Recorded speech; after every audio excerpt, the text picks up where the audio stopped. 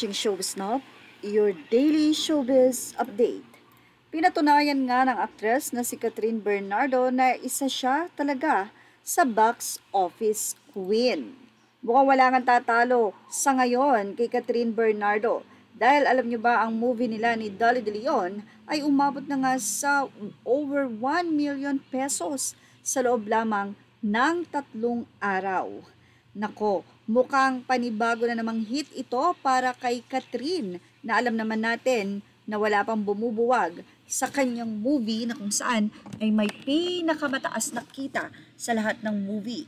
Ang movie nila ni Daniel Padilla at ganoon na rin ang movie nila ni Alden Richards. Tila solid na solid talaga ang fans si Catherine Bernardo, hindi lang si Catherine kundi pati na rin ang nasabing movie ay talaga namang maiinganyo kang panoorin dahil na rin sa nasabing trailer na ipinakita rito.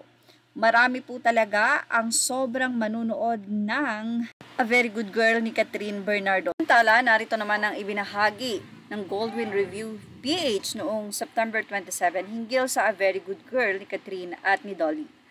Directed by Peter Zen Vargas, A Very Good Girl meets A Very Bad Woman. Sino ang mananaig?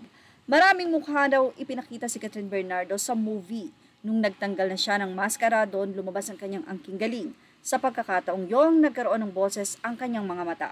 Bagay kay Chief Filomeno naman ang role. Hindi lang comedy, magaling din si Donna Cariaga, pati na rin sa drama.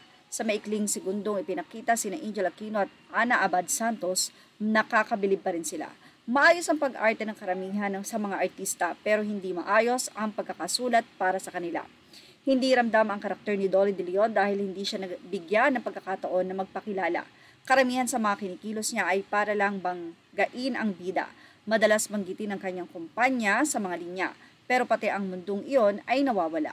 May iba ring mga karakter na ipinasok para lang maging masama. Meron sayang nire-representa ang bawat isa, ngunit hindi sila nagkaroon ng sariling boses. May ilang kaganapan na inilagay para lang magkaroon ng ingay. Ang dami ring plots na naging balakid para hindi katuluyang mahulog sa pelikula. Maganda ang mga kuha at ang pagkakakulay, nakakadala ang scoring sa storyang meron sila. Nailatag nilang paunti-unti ang mga sikreto.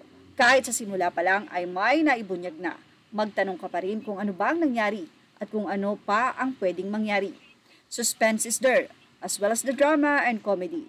But more than the genre, the best thing about this movie is its hunger for change. Star Cinema and Catherine Bernardo offered something different this time, veering away from the usual rom-com formula.